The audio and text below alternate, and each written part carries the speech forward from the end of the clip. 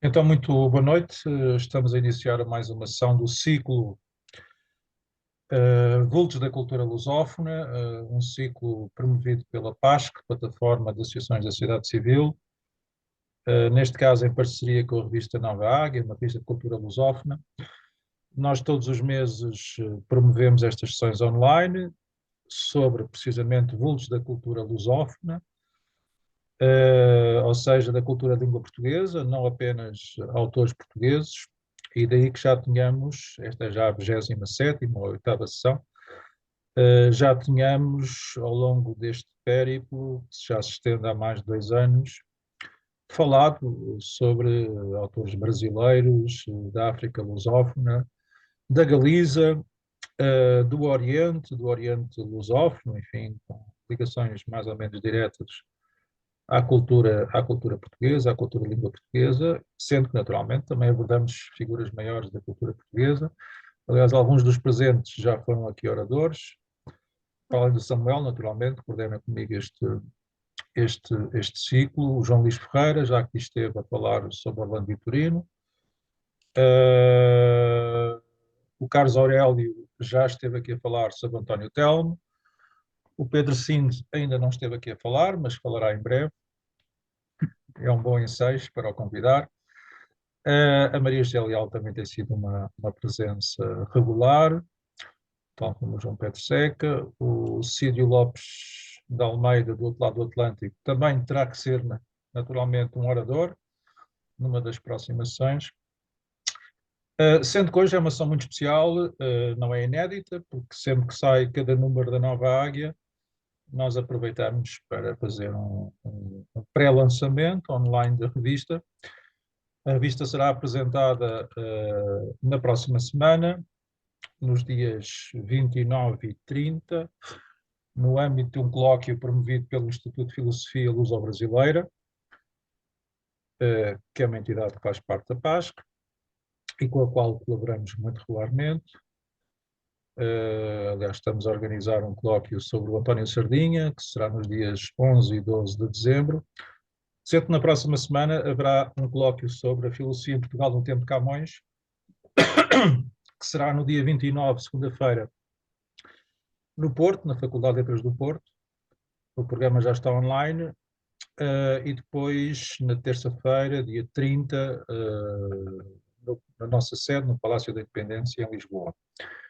E no final dos trabalhos, quer de segunda-feira, quer na terça-feira, apresentaremos presencialmente este mais recente número da Nova Águia, que se insere perfeitamente no espírito desse colóquio, já que, como se evidencia, a figura em maior destaque é Camões.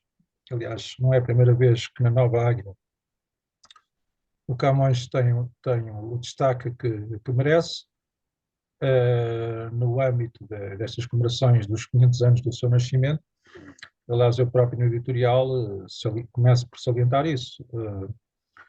Todos nós acompanhamos alguma timidez, para não dizer mais, dos poderes públicos relativamente a esta comemoração dos 500 anos de Camões. Camões, pelos vistos, fosse uma figura incómoda, o que não surpreende, enfim, nesta época um pouco estranha em que a nossa história é cada vez mais questionada, e obviamente Camões, como símbolo maior da nossa história, em particular do período da expansão marítima, é natural que se tenha tornado, para muita gente, infelizmente, uma figura, enfim, que merece algumas reservas. Mas quando isso acontece, quando o poder político não dá o passo em frente, cabe-nos a nós, cabe à sociedade civil, às entidades culturais, dizerem presente, e é isso que nós temos feito. O ano passado promovemos um colóquio luso-brasileiro, que teve Camões como figura de destaque, e, portanto, são os textos que foram apresentados em primeira mão, na maior parte dos casos, nesse colóquio, que correu em novembro de 2024, que publicamos neste número. Começo pela capa, que é uma bela capa, enfim, uma capa impactante, eu diria, E permitam-me aqui uma homenagem sentida ao Luís Vieira Batista, que é o autor da ilustração, até porque ele neste momento está muito mal de saúde. Mas enfim, ainda este seu trabalho provavelmente será dos últimos. É com muito gosto que aqui o publicamos neste número da Nova Águia como ilustração de capa. Passo então ao miolo da revista. Enfim, vou fazer um périplo. Portanto, como eu estava a dizer, temos uma série de textos sobre Camões, são mais de uma dezena e meia de textos. Este colóquio também, enfim, nós em geral trabalhamos em rede, em articulação, não gostamos de guetos. E este colóquio que se realizou ano passado teve também uma extensão, diria assim, a um outro evento que nos é muito caro. Estou a falar dos Congressos de Cidadania Lusófona, que também neste momento se articulam com os encontros do Observatório SEDES da CPLP, que eu coordeno, e precisamente o ano passado o tema desse encontro foram perspectivas sobre a nossa história, também tendo como pretexto os 500 anos de Camões. E daí a presença de autores lusófonos, não portugueses, como é o caso do Carlos Mariano Manuel, um ilustre cidadão angolano, médico, que aqui, portanto, o título diz tudo, ou quase tudo, revisitando os Lusíadas a partir de Angola, e ele aqui dá conta, e é um angolano, portanto, um insuspeito. Se fosse um português a dizer, talvez fosse mais suspeito. A ideia, que para mim é evidente, mas dito por um angolano tem naturalmente outra força, que a língua portuguesa é o grande sustentáculo do país a que se chama Angola, ou seja, se não existisse a língua portuguesa, muito provavelmente Angola já não existiria, e isto é extensivo, é válido para os outros países de língua portuguesa, desde logo em África, mas não apenas. Ou seja, a língua, enquanto grande sustentáculo histórico-cultural de uma nação, de um país, neste caso de Angola. Porque, como sabemos, em Angola existem muitas outras línguas, mas nenhuma delas é extensiva a todo o território. Enfim, não vale a pena aqui desenvolver esta tese, mas todos sabemos, até porque basta olhar aqui para o que se passa no nosso país vizinho, na Península Ibérica, quando um país não tem uma única língua, mais cedo ou mais tarde isso é fator de fricção, se não mesmo de fragmentação. Ora, precisamente em Angola e nos outros países africanos de língua portuguesa, desde logo, a língua portuguesa, a língua de Camões, continua a ser um dos grandes motivos da coesão territorial desses países, independentemente de todos os problemas que, enfim, que ainda são decorrentes do processo da descolonização, como todos sabemos. Temos também essa dimensão salientada por um autor cabo-verdiano, que é uma presença regular na Nova Águia, o Walter Manuel Carlos. Aliás, recentemente o Mil editou uma obra sua, que é aqui recenseada, aliás, sobre a dança, uma perspectiva mais filosófica da dança cabo-verdiana, que é um autor brasileiro que participou neste colóquio. Esta é uma secção, enfim, que faz muito jus à vocação da Nova Águia, de estabelecer pontes entre as várias culturas de língua portuguesa. Outro brasileiro, Humberto Schubert Coelho, da Academia Brasileira de Filosofia, que foi nosso anfitrião recentemente no Brasil, no mais recente colóquio Antero-Cantal. Ele é professor na Universidade Federal de Juiz de Fora. Temos uma timorense que nos fala sobre a presença da língua portuguesa em Timor-Leste, e também todos sabemos que que a língua portuguesa foi fundamental desde logo para a resistência de Timor face à ocupação da Indonésia. Mas não foi por acaso, na lógica do invasor, que a Indonésia, quando ocupou o território timorense, uma das primeiras medidas que tomou foi proibir o uso da língua portuguesa.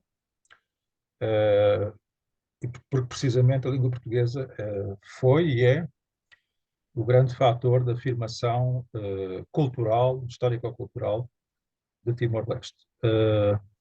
Obviamente, depois aqui há uma dimensão também religiosa, no caso, em particular no caso de Timor-Leste, é muito relevante. Aliás, eu lembro-me, não há muito tempo, precisamente nos 50 anos da SEDES, entrevistámos o José Ramos Horta, presidente na altura e continua a ser presidente da República de Timor-Leste, e não sendo ele visivelmente, ou pelo menos tanto quanto se pode aferir, uma pessoa particularmente religiosa, ele dizia, e não deve estar, dizia que, em termos proporcionais, Timor-Leste é dos países mais católicos do mundo, porque de facto a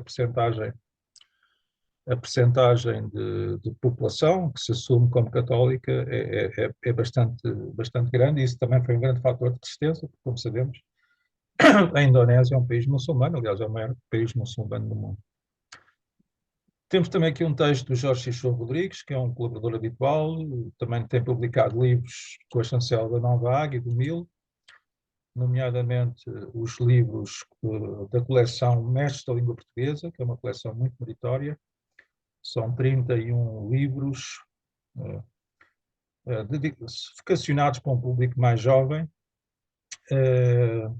de todos os países e regiões do espaço de língua portuguesa. Um texto de um professor da Universidade Lusófona, A Espiritualidade Camoniana, também foi apresentado em primeira mão nesse colóquio. Temos aqui um jovem guineense que neste momento está aqui a estudar e que também participou nesse encontro do Observatório SEDES da CPLP. Luís Barreiros Tavares, é também colaborador habitual da Nova Águia. Tem também livros publicados com a chancela do Mil. Luís Vieira Batista, para além de ser um pintor, um artista plástico, também escreve. Aliás, nós publicámos um livro dele não há muito tempo, uma autobiografia, e aqui escreve precisamente sobre Camões, uma inspiração. Outro brasileiro, o Declínio do Homem em Camões, a Paulo Oleiro, a Época Camoniana em Diálogo com as Artes Plásticas. Eu próprio também escrevo um breve texto aqui, Agostinho da Silva, muito utilizado por Camões. E para encerrar esta secção temos um ilustre camoniano, porventura mais ilustre camoniano nos dias de hoje, o professor José Carlos Seabra Pereira, que nos enviou um texto particularmente sugestivo pelo seu teor, A Língua de Camões, companheira do Império com horizonte ecuménico. Portanto, esta é a secção de entrada da revista, como sempre, enfim, não esgota, muito longe disso, ocupa cerca de um quarto da revista. Depois temos, como sempre acontece, sobretudo aqui nestas zonas de transição entre secções, temos poemas de alguns autores também que já são referência na Nova Águia, tem escrito regularmente. Obviamente há sempre aqui um núcleo entre eu diria um terço dos colaboradores são regulares, depois há outro terço que não é tão regular assim, e depois um terço, ou um pouco menos do que isso, vai aparecendo, publica muito mais circunstancialmente. Enfim, são estas dinâmicas que acontecem. Publicamos também uma secção sobre Eça de Queiroz, o terceiro encontro Eça de Queiroz, 150 anos. Eles têm-se realizado 2 em 2 anos. Este ano é feito também em articulação com a comemoração dos 200 anos do Camilo Castelo Branco. É um colóquio luso-brasileiro, online, grande parte dele, fica também o convite para que possam participar. Ele irá decorrer na última semana de novembro. A chamada para comunicações já está a ser feita, e depois, naturalmente, publicaremos esses textos no próximo ano. Este périplo dos encontros Eça de Queiroz 150 anos começou em 2019, tanto quanto eu me lembro. E começou a propósito dos 150 anos da abertura do Canal do Suez, que o então jovem Essa de Queiroz cobriu enquanto jornalista, e procuramos na altura, enfim, aferir em que medida essa sua experiência da cobertura do Canal do Suez foi relevante até para o seu trajeto enquanto escritor. Portanto, este é já o terceiro encontro, e estes textos têm sido também publicados regularmente na Nova Águia. Enfim, para quem tenha a coleção da revista, dos 36 números, neste caso, encontra facilmente esses núcleos textuais, essas secções, que em geral também têm tido destaque de capa. Temos aqui um ilustre italiano, que também já tem colaborado nestes encontros em particular. Ele é um grande queiroziano. Aliás, eu já tinha essa percepção, mas estes encontros sobre essa de Queiroz permitiram-me consolidar essa percepção. Ou seja, Itália é provavelmente, para não dizer certamente, o país mais lusófilo, aquele que mais se interessa pela cultura portuguesa e pela cultura lusófona em geral. E, pelo menos nestes encontros, isso tem sido muito evidente. Também já participaram, enfim, gente de outras proveniências na Europa, mas a comunidade italiana tem sido a mais, comparativamente, tem sido a mais forte.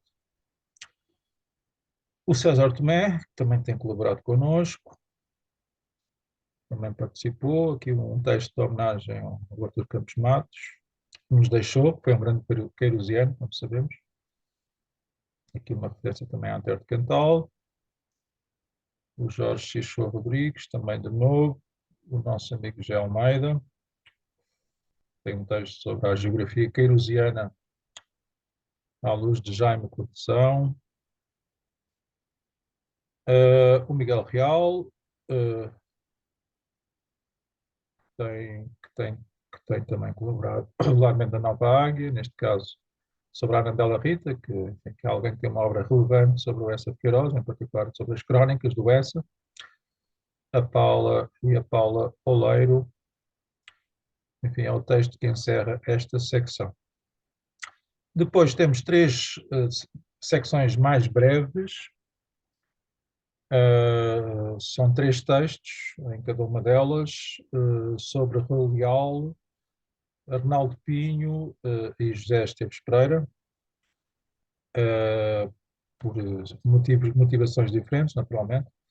O Raul Leal, desde logo porque, enfim, os 60 anos da sua partida, ele faleceu em 1964, e entretanto, até no âmbito do Instituto de Universidade do Porto,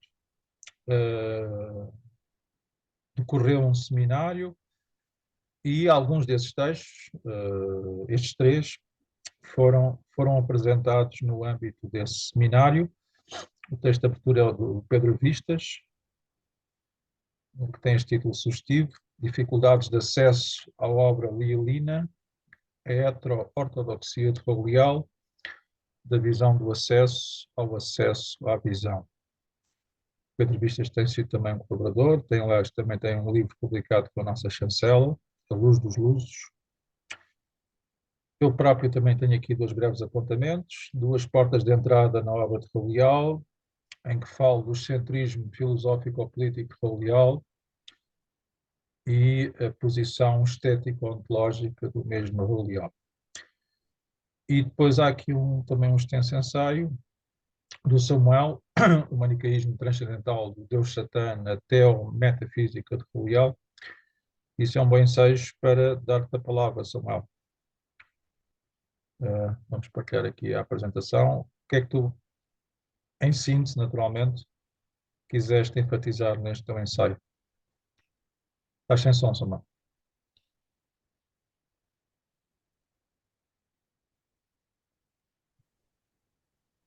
Bom, é claro que teria que revisitar o texto para poder, mas no fundo, a minha leitura do Raul Leal parte sobretudo da sua reflexão acerca da, daquilo que ele chama uma metafísica mística, hum, que de alguma maneira procura hum, hum, abranger todas as dimensões da realidade. Não apenas aquelas mais relacionadas com dimensões psicológicas ou inteletivas,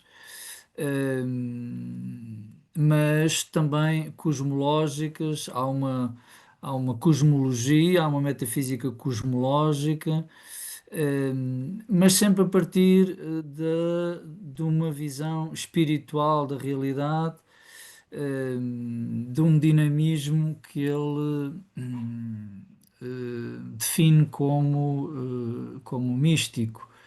Hum, e isso inclui também o cosmos e a existência encarnada, a sua própria existência, nomeadamente o seu drama, o drama da sua orientação sexual, que ele de alguma forma também espiritualiza e, portanto, há toda uma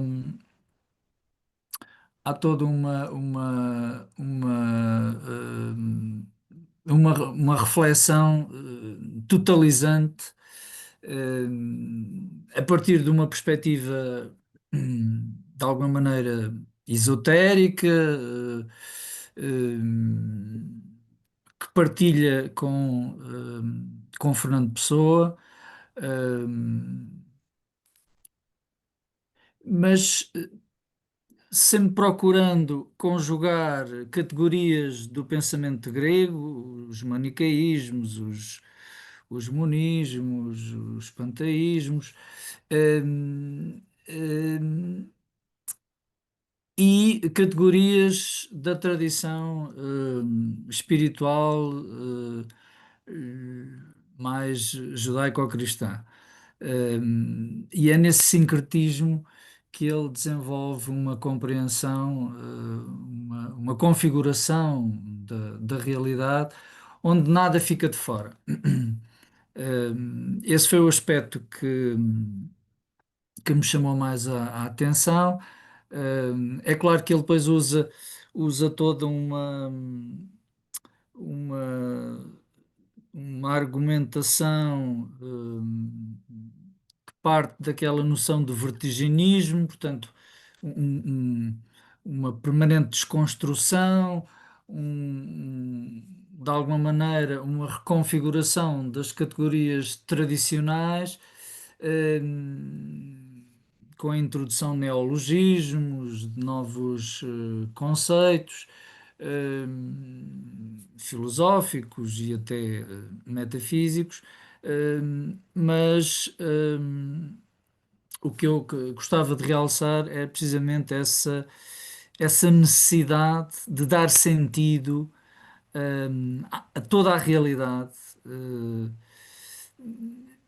e dessa maneira podemos dizer que há ali uma espécie de um gnosticismo não dualista, absolutamente dualista, porque este manicaísmo acaba por ser uma, uma inversão,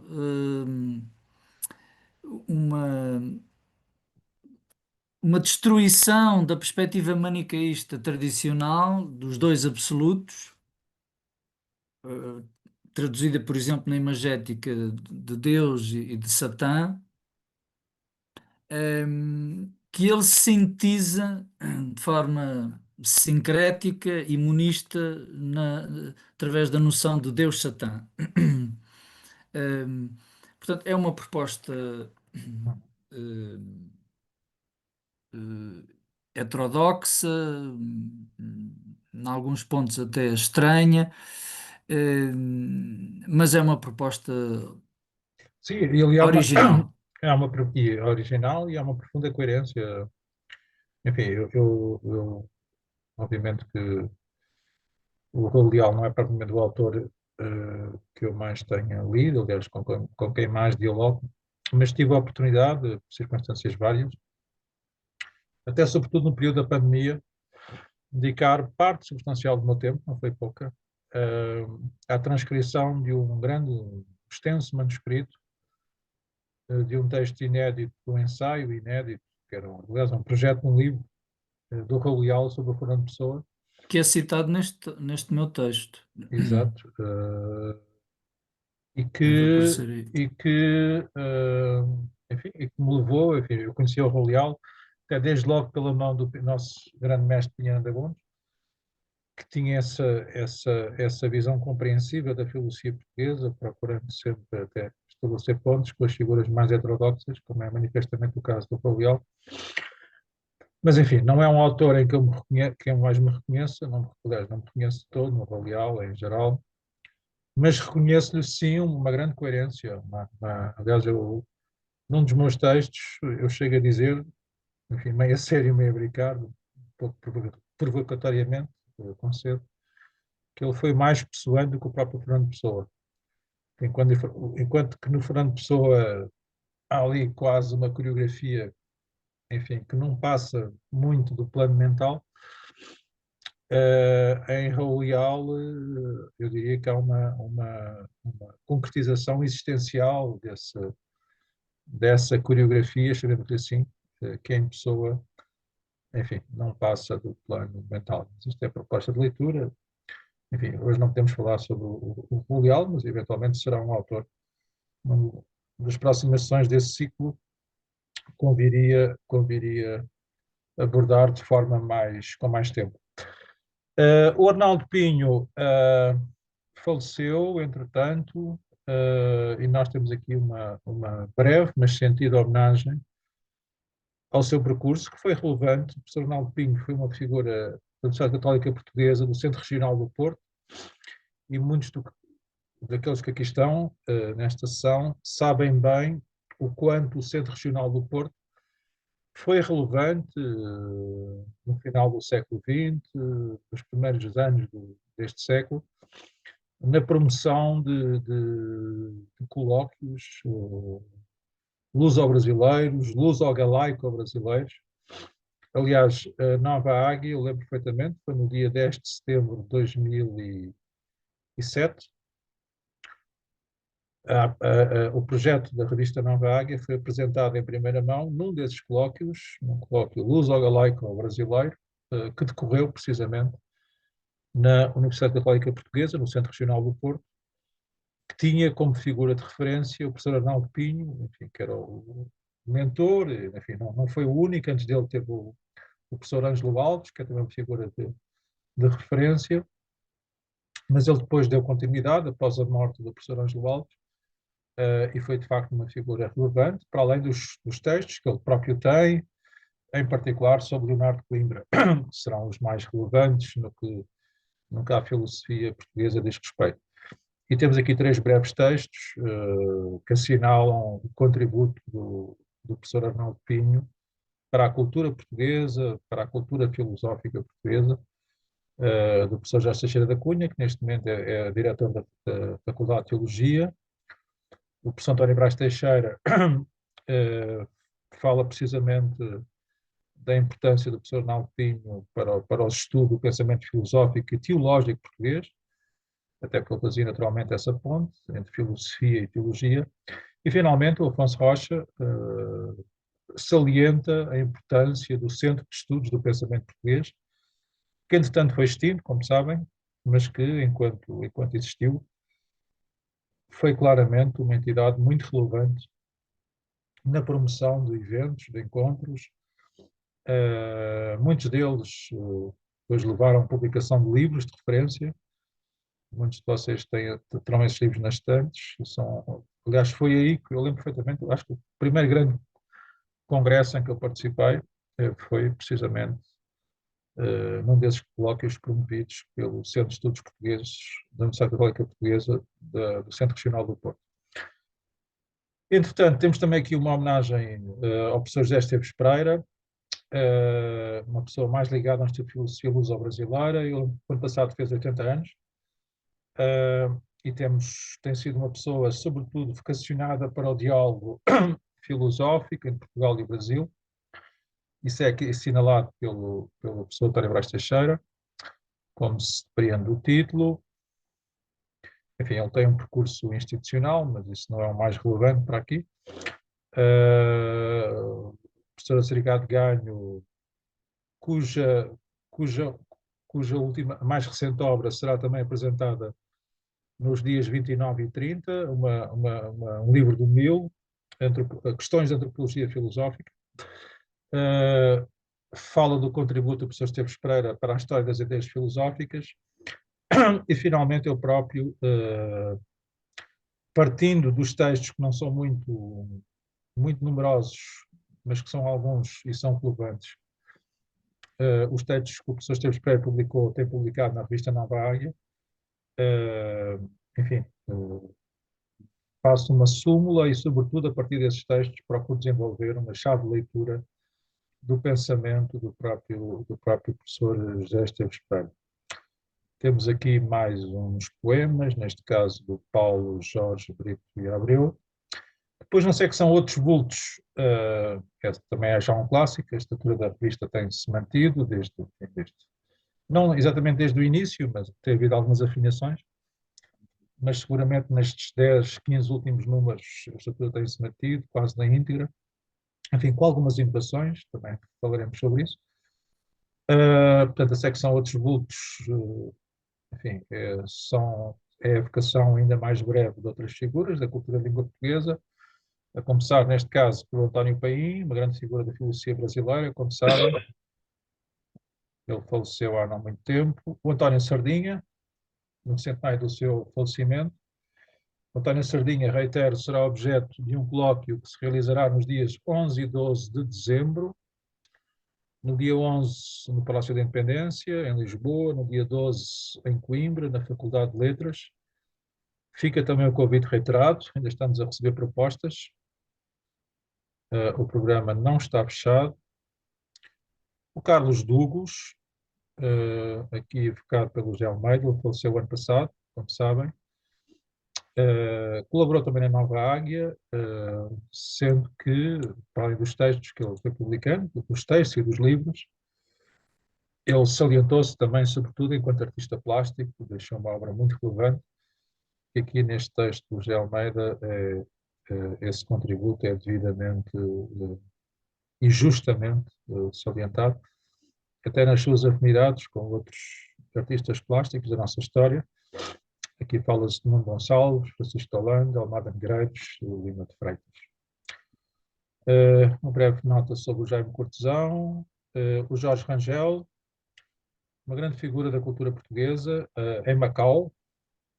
É uma macaense que eu conheço que mais valoriza a cultura portuguesa por aquela zona. Curiosamente estive com ele ontem, no Palácio da Independência, no Conselho Supremo, em que ele também integra.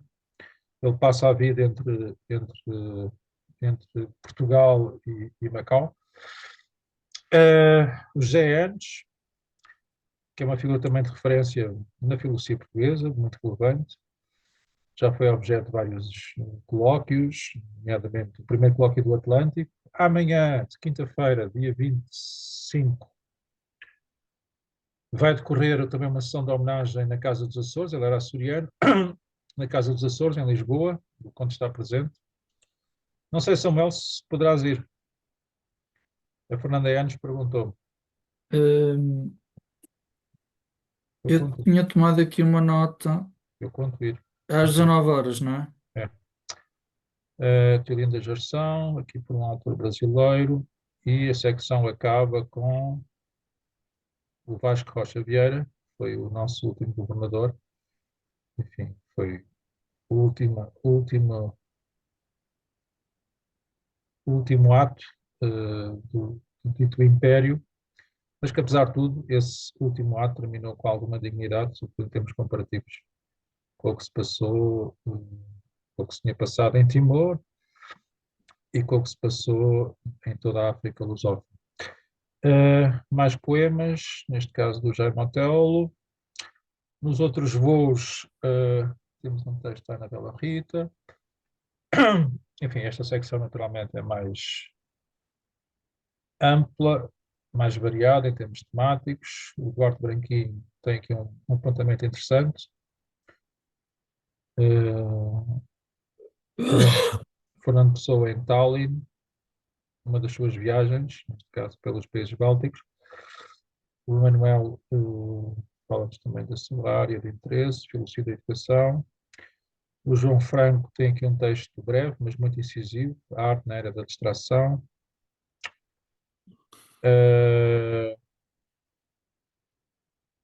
Este excerto que nós aqui salientamos, me parece muito, muito justo. O João Maurício Braz é também uma figura muito, muito interventiva e muito acutilante, que nos fala sobre a Universidade Capturada, da razão crítica ao treino ideológico. Isto é um diagnóstico em que se começa por falar dos Estados Unidos, da cultura de cancelamento, da cultura woke, da dita cultura woke, mas que entretanto se tem estendido a todo, desde logo a todo o Ocidente, inclusive a Portugal cada vez mais. O Joaquim Domingos, que costuma participar nesta tertúlia, e hoje não está, aliás, ele ligou-me anteontem, tem um texto muito interessante sobre os painéis, os painéis de São Vicente, a propósito de um livro que também saiu com a nossa chancela, a chancela do Mil, do professor António Brás Teixeira, O Sentido das Formas, Páginas de Estética Luso-Brasileira. É uma coleção muito sustentada, como é timbre do Joaquim Domingos. Marta David, uma nova autora, tem aqui um breve apontamento. Paulo Ferreira da Cunha, enfim, que todos conhecem, uma grande figura da filosofia do direito em Portugal. Tem também uma coleção aqui interessante. Eu próprio faço aqui alguns apontamentos, como é habitual, as revelações para lusófonos. E o Samuel tem aqui também mais uma extensão da sua autobiografia, enfim, já temos salientado isso, mais como autobiografia em sentido estrito, não fala propriamente de si, fala, enfim, num conjunto de relações pessoais, num conjunto de pessoas que partilham os mesmos interesses. Aqui só uma nota. Sim, sim, força, força. É exatamente aí essa foto. No fundo, esta autobiografia é sempre uma partilha de diálogos. Eu, esta noção de dialogar com aqueles com quem me vou encontrando nas várias circunstâncias e, e este número da autobiografia, eu destacaria este encontro, o encontro anual de Reis, com a presença do Fabrício, que foi falar sobre a imagética dos reis da espiritualidade associada ao nascimento do menino, a partir da perspectiva do Islão. E, portanto, que entende Cristo como um profeta, não é? E o que eu faço é, precisamente no espírito desta revista e destes fóruns, que é sempre um espírito de ecumenismo espiritual, passa a redundância, estabelecer um diálogo entre o cristianismo e o Islão pela mediação da intervenção do Fabrício.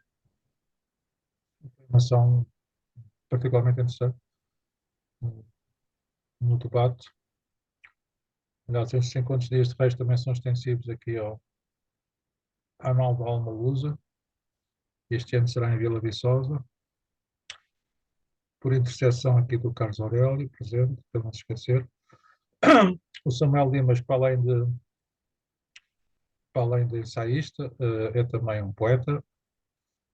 Já agora, Um agradecimento também ao Fabrício que traduziu este poema. traduziu dois poemas. Uh, Aqui um projeto a que também damos algum destaque. A História Global da Literatura Portuguesa. Aliás, alguns de nós têm colaborado num outro projeto, que é irmão deste, digamos assim, a História Global da Filosofia Portuguesa. Está ainda em curso. Este iniciou-se mais cedo e também já terminou. Coordenado pela professora Anabela Rita. Aqui um poema dedicado a Camões. Esta rúbrica Periódicos Eternos é mais recente, é da responsabilidade do Pedro Vistas. Nós, de há 4, 5 números para cá, temos feito a recensão de publicações, é um trabalho que ele já tinha feito, o Pedro. Publicações que hoje já são por inteiro desconhecidas, na maior parte dos casos, mas que no seu tempo foram relevantes no plano cultural, e daí fazermos esta publicação. Passamos então para. Estamos a chegar até ao fim, estamos a chegar já na reta final da revista. Bibliário, publicações, outras publicações, desde logo esta revista, este número da revista, super interessante. Portugalidade, tenho que aumentar isto, já não estou a ver.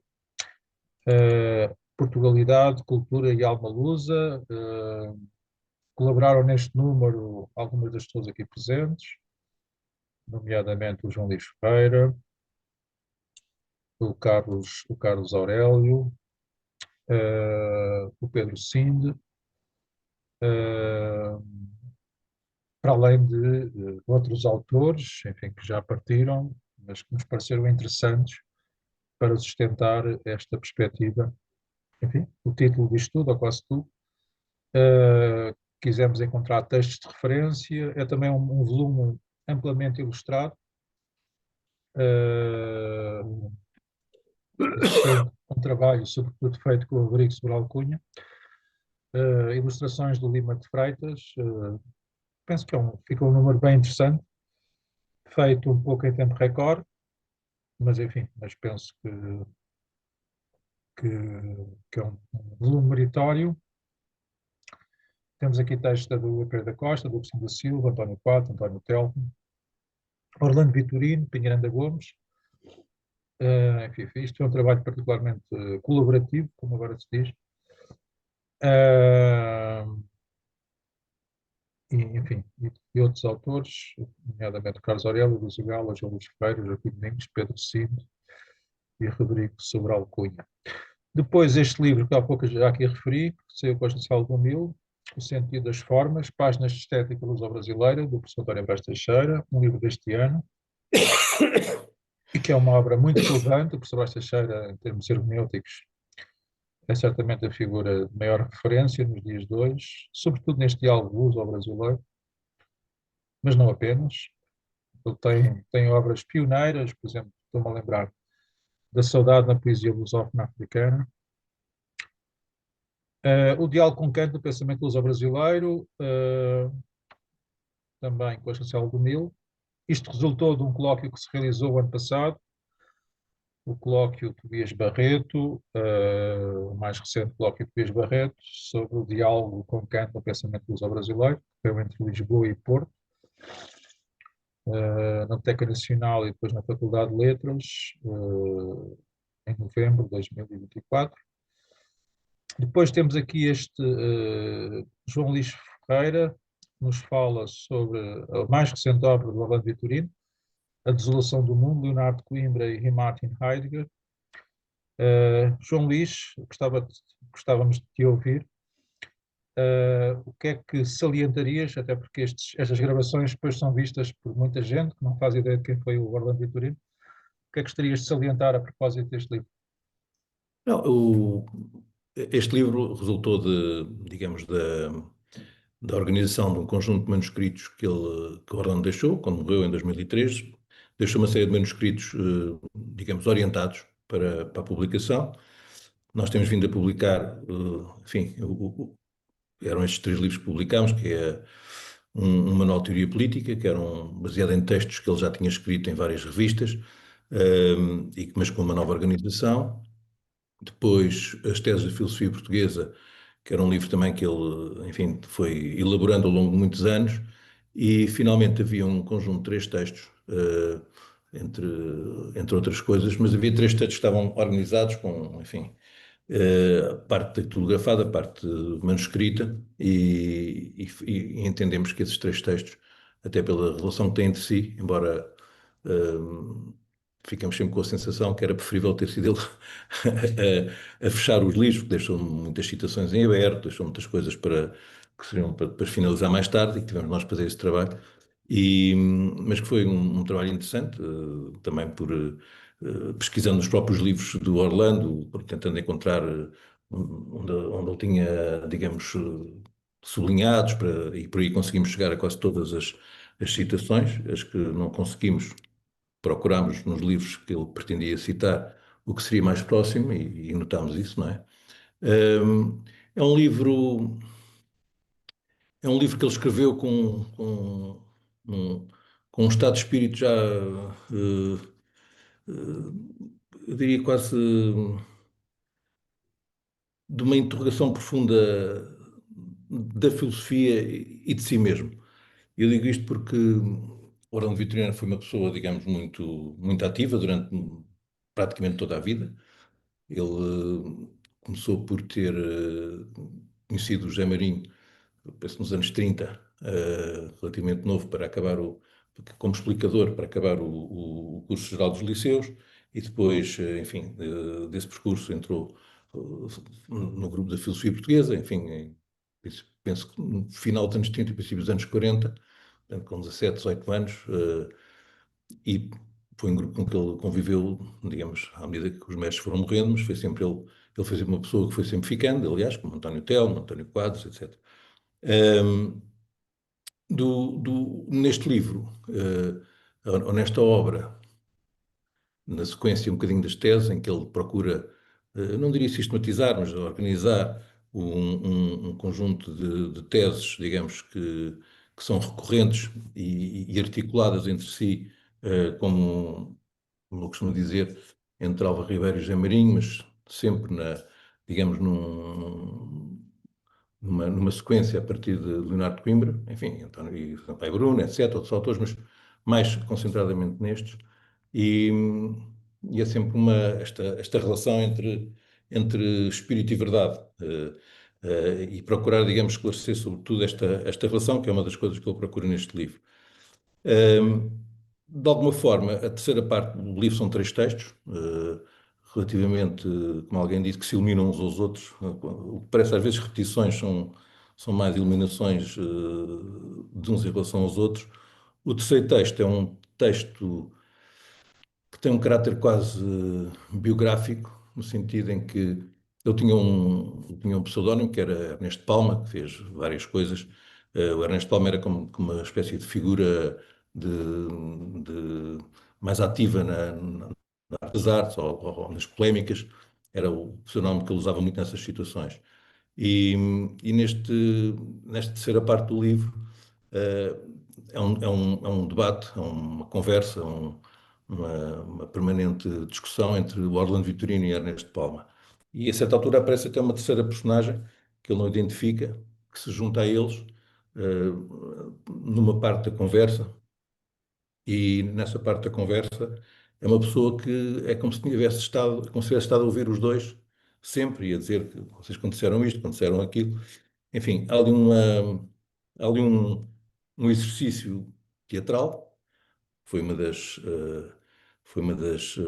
vertentes mais marcantes na vida artística e filosófica do Orlando Vitorino, que foi o teatro. Foi um homem de teatro, escreveu peças, traduziu peças, ensinou peças, foi diretor de teatro, foi empresário, foi entre os anos 50 e 60, e depois no final dos anos 60, portanto, mais entre 55 e 56, depois outra vez em 65, e ele a atividade dele foi muito concentrada no teatro, e na sua própria expressão filosófica, muitas vezes ele tem essa tem esse sentido de teatralidade que surge nesta parte final deste livro final, que fica quase como um testamento filosófico, não sei. Achei, é um livro, de certa forma, perturbante, em que o próprio autor se manifesta quase perturbado, em algumas formas de se exprimir, muito motivado também por levar as interrogações a um ponto em que nós às vezes ficamos entre a realidade e a irrealidade, entre este mundo e o outro, e é um bocadinho nesse limite ou nessa transposição que essa terceira parte do livro se assume, porque as duas primeiras partes são muito ao estilo do Orlando Vitorino, uma dedução filosófica de temas, no caso, da questão da desolação do mundo, como sendo o resultado de uma devastação intelectual e que tem as suas origens, enfim, segundo Orlando Vitorino, já desde o tempo da refutação da filosofia triunfante, no primado da vontade sobre o intelecto, ou sobre o pensamento, e consequências na modernidade, enquanto na refutação ele trata, digamos, quase que da história da filosofia, eh, desse acontecimento, digamos assim, em que se dá esse primado da vontade sobre o pensamento, e segue, digamos, a filosofia até praticamente Heidegger. Um, neste livro, as duas primeiras partes ficam de facto concentradas em Heidegger, Leonardo e nas consequências, digamos, nas consequências desse debate na própria modernidade e nos autores mais contemporâneos, enfim, que ele refere, desde um Popper a um Foucault, enfim, são vários autores que ele cita nessa demonstração, nessa procura de demonstração já desses autores como consequências dessa devastação intelectual.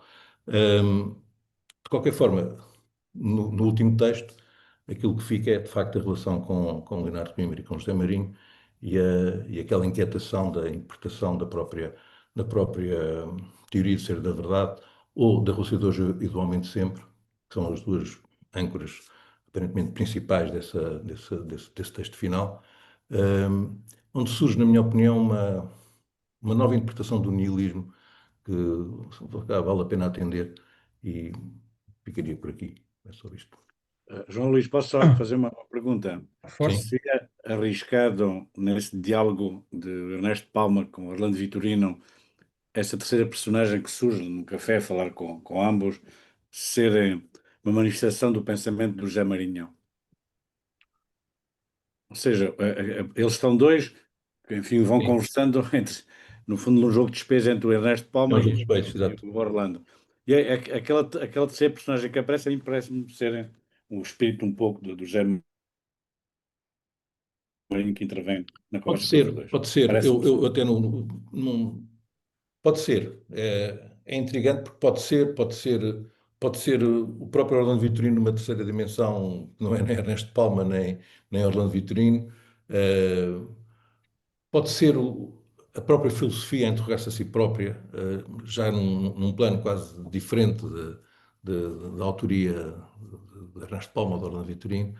É um texto relativamente não, bastante, não diria perturbante, mas muito estranho.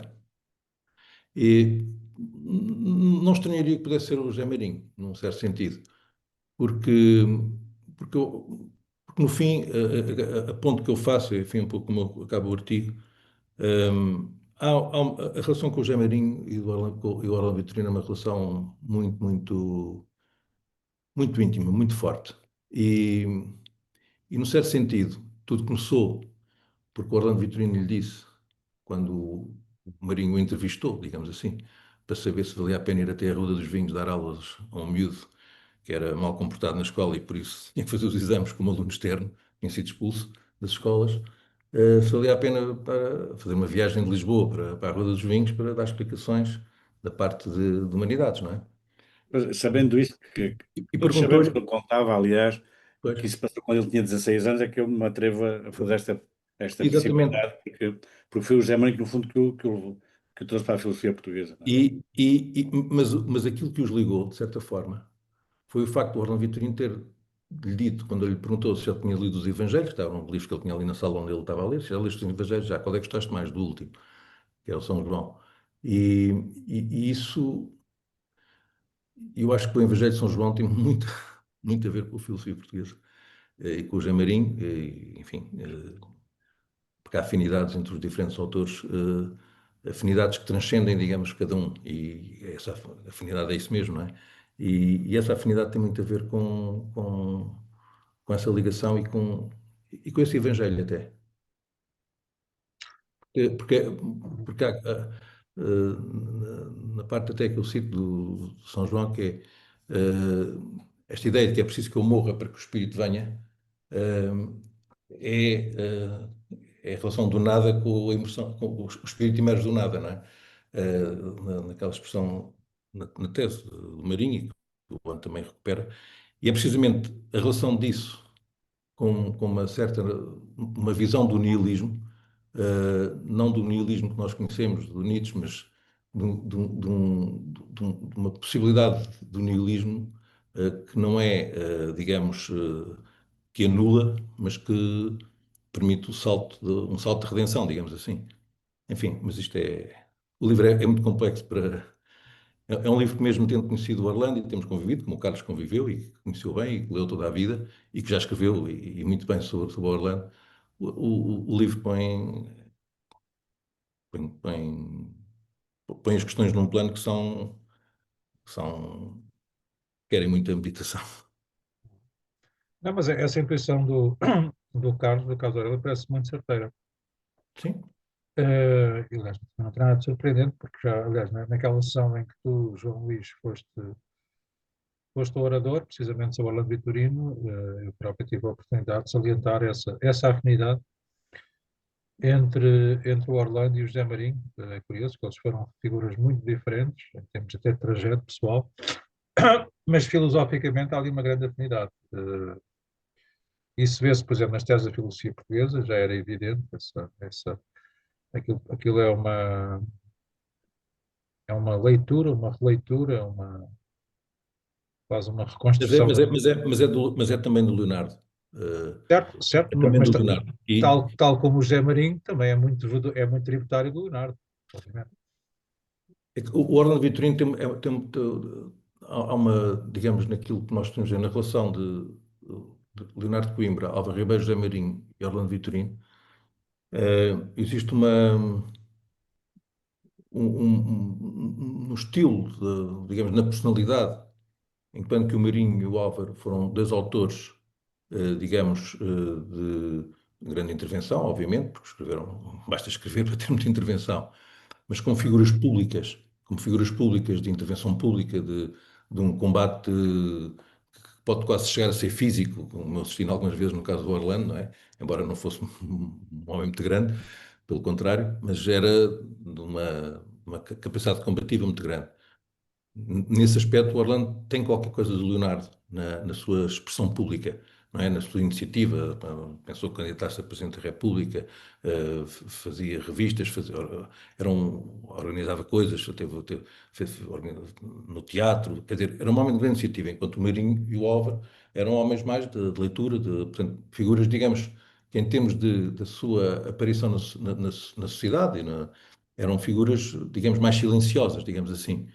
E essas duas personalidades, muito complementares sobre muitos aspectos, mas sobretudo com uma grande afinidade numa figura como o Leonardo, tem depois aquilo que eu chamo uma espécie de losango, ou uma espécie de losango da filosofia portuguesa, que é de alguma forma, o Orlando, como personalidade pública, é mais semelhante ao Leonardo do que ao Álvaro e ao Marinho. No entanto, é no Álvaro e no Marinho que se dá a rotação do Orlando, do Leonardo para o Orlando. Ou seja, essa passagem é como se houvesse o Álvaro e o Marinho abrissem, digamos, duas vias que o Orlando vem a fazer uma síntese.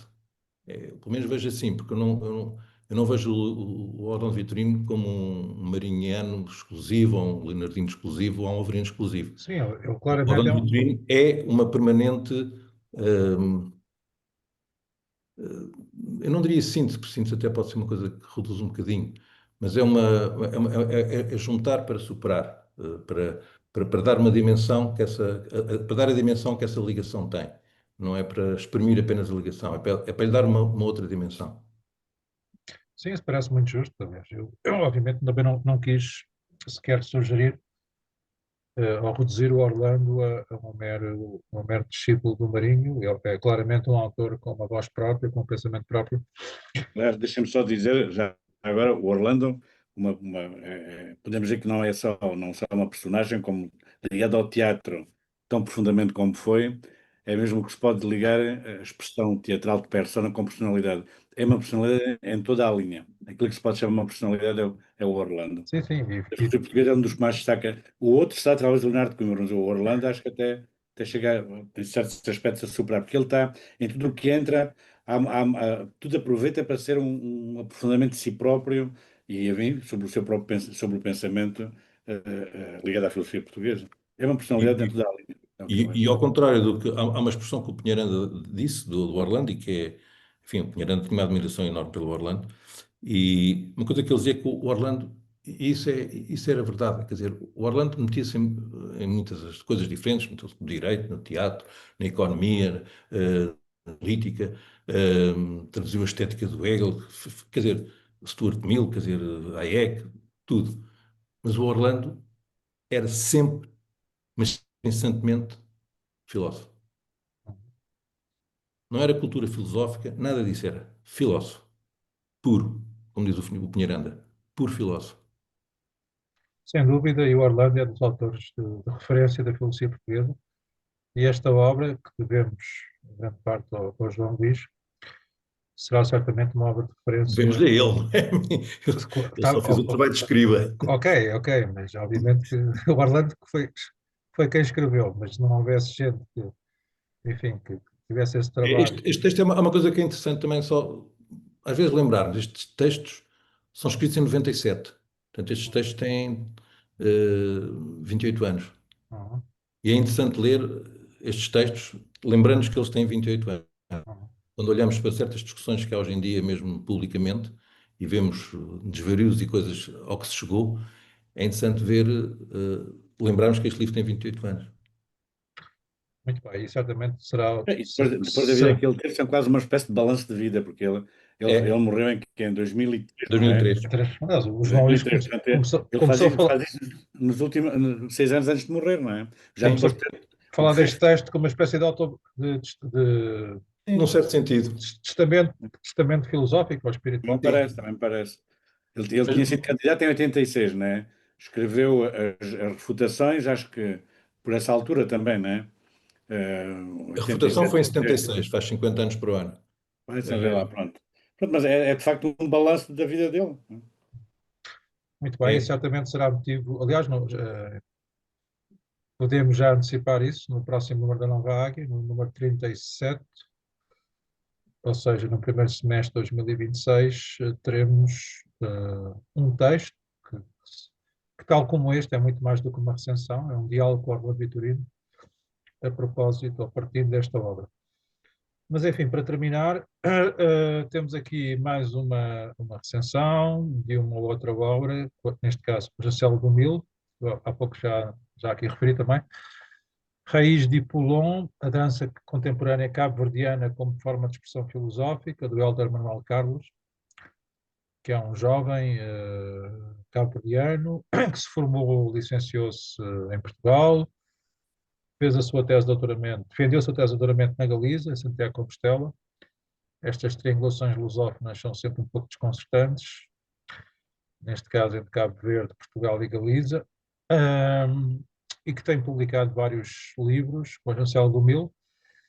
Este livro foi apresentado em Lisboa, no Sá de Nova, no Palácio da Independência e depois no Porto. E é um livro também muito, muito interessante. Aqui uma novidade, muitos de vocês não sabiam, também não sabia. uma tradução que, aliás, ainda não está finalizada, isto é uma espécie de pré-lançamento, de anúncio, mas de uma edição que está em vias de se concretizar. A tradução para francês do Leal Conselheiro, Dom Duarte, uma obra, enfim, fundacional da filosofia portuguesa, que é aqui recenseada pelo Carlos Pereira, o professor Carlos Pereira, que é professor numa universidade francesa e com o qual falo com alguma regularidade. Este texto entrou já mesmo no último, à 25ª hora, como se costuma dizer, mas enfim, pareceu-nos que era. E é a primeira vez que se traduz este texto para francês. Eu tenho a ideia que sim. Ele Então, deu, esperámos 600 anos. deu isso como adquirido. Eu não posso. Deu isso como adquirido e certamente ele está a falar do que sabe. E, portanto, obviamente que isto é um acontecimento literário, mais do que literário, filosófico-cultural. Enfim, é um texto que merece ser lido. E depois há aqui ainda uma recensão de um outro livro, da Natália Constâncio, um livro do João Maurício Brás, com estes títulos que são muito, até, em certo sentido, têm assim pelo menos um travo ao Orlando Vitorino. João Maurício Brás, o Laboratório Progressista e a Tirania dos Imbecis.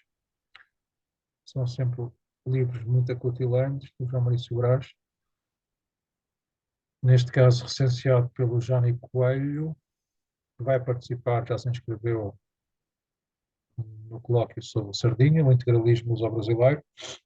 Eu próprio faço também aqui uma breve recensião de um livro que foi lançado ano passado, do Jorge Xixô Rodrigues, que é um romance que reconstitui não a descoberta do Brasil, porque Portugal não descobriu o Brasil. Portugal descobriu um território em que depois criou o país a que hoje chamamos Brasil, e, portanto, é essa descoberta desse território e da criação desse país a que hoje chamamos Brasil o tema deste romance. Temos aqui um livro sobre o qual já falámos nas nossas tertúlias, sobre os identitários, também aqui recenseado pelo Jónio Coelho, um livro do José Pedro Zucchet. Eu já li, é um livro que é um manancial de informação impressionante. E depois, finalmente, Samuel, devolvo-te a palavra, temos a secção de encerramento da revista, destes últimos números. Isto é uma nova secção, coordenada pelo Samuel Dimas e pelo José Carlos Pereira. Moradas, caderno poético visual. Samuel, brevemente. Sim, é uma secção que procura, mais uma vez, o diálogo entre a arte da escrita, a arte poética e a arte visual, com a participação de vários poetas que nós vamos, com quem nos vamos cruzando e, e depois, a partir do texto, convidamos alguém que faça a ilustração ou a partir da ilustração alguém que dialoga com o texto e assim se tem construído esta última parte da revista, dando também destaque à escrita poética como uma forma de compreensão da realidade e também à expressão visual. Sim, até como sabemos, muita filosofia portuguesa valoriza o discurso poético. Enfim, para terminar, e agora mesmo para terminar, isto não é bem uma secção, é uma página final, há alguns apontamentos fotográficos de momentos marcantes, enfim, que mais diretamente nos envolveram. Temos aqui uma referência ao colóquio que se realizou sobre o Sr. Manuel Pereira Patrício, uma figura de referência da Nova Águia e do Mil, no dia 31 de janeiro, portanto, isto refere-se ao primeiro semestre deste ano. Temos aqui o Samuel e o professor Luís Sebastião, da Universidade de Évora, que é um discípulo do Manuel Ferreira Patrício. Temos aqui aquela que foi a primeira apresentação da revista Nova Águia. Na altura, a nossa sede ainda estava em obras, o Palácio da Independência, e recorremos a uma associação da PASC, neste caso a Associação dos Pelos do Exército, que está sempre disponível para nos acolher. Aqui uma sessão que correu sobre o professor Gentil Martins, que é nosso sócio honorário. Aqui temos, António, estás aí? António Teixeira Lopes, estás aí ou não? O António já saiu. Não, ele está, quer dizer, Essa som. está sem microfone e está sem câmara. Não sei se ele Não, está mas cá. ele disse que tinha que ir para Lisboa às 8 horas e saiu. Eu acho que ele já saiu. Ok, mas pronto, manteve o vídeo aberto. Pronto, mas em todo caso eu faço esta referência, este destaque. Isto é uma iniciativa sobretudo do António Teixeira Lopes, ele há pouco falou sobre isto, antes de começarmos a gravação.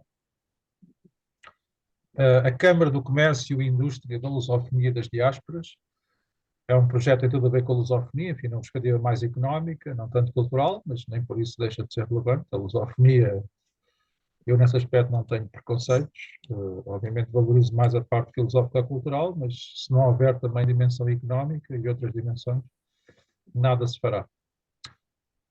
Uma homenagem à Fernanda de Castro, que decorreu em maio. Temos aqui uma referência ao livro, ao excelente livro do Rodrigo Sobral Cunha, Portugal e a Invenção de um Mundo Novo, que, aliás, será apresentado de novo na Já nova data? Festa do Livro de Belém. Ainda não está anunciado porque eu não recebi o cartaz ainda do Rodrigo, mas posso adiantar em primeira mão. Na Festa do Livro de Belém, no sábado, portanto, no dia 27 de setembro, este sábado, às 4 da tarde, o Rodrigo vai lá estar e eu vou estar às 6 da tarde. Aliás, é bem possível que a gente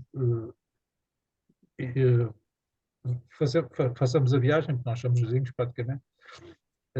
Portanto, indo colares para Belém. Mas ele antecipou-me que seria às 4 da tarde. No meu caso, na Nova Águia, será às 6 da tarde. Isto foi na Feira do Livro de Lisboa. Temos aqui o Eduardo Aires de Abreu, que é o diretor do Museu Nacional da Música, que ainda está por abrir em Mafra. Deverá acontecer em breve. E aqui, finalmente, enfim, o lançamento que ocorreu no dia 18 de junho, no Palácio da Independência, na nossa sede, desses dois mais recentes livros do Milo, o livro sobre a dança contemporânea cabo-verdiana e o sentido das formas, páginas de estética luso-brasileira, do professor António Brás Teixeira. Reitero que no dia 30, às 6 da tarde, presencialmente, nesta mesma sala, no sala do Conselho Supremo, Palácio da Independência, iremos apresentar a revista Nova Águia, este número, que aqui foi apresentado online, bem como o mais recente livro 1000, Questões de Antropologia Filosófica, da professora Maria de Lourdes Cirgado Gain. Enfim, muito gratos pela vossa atenção e dito isto, vamos então parar a gravação. Obrigado.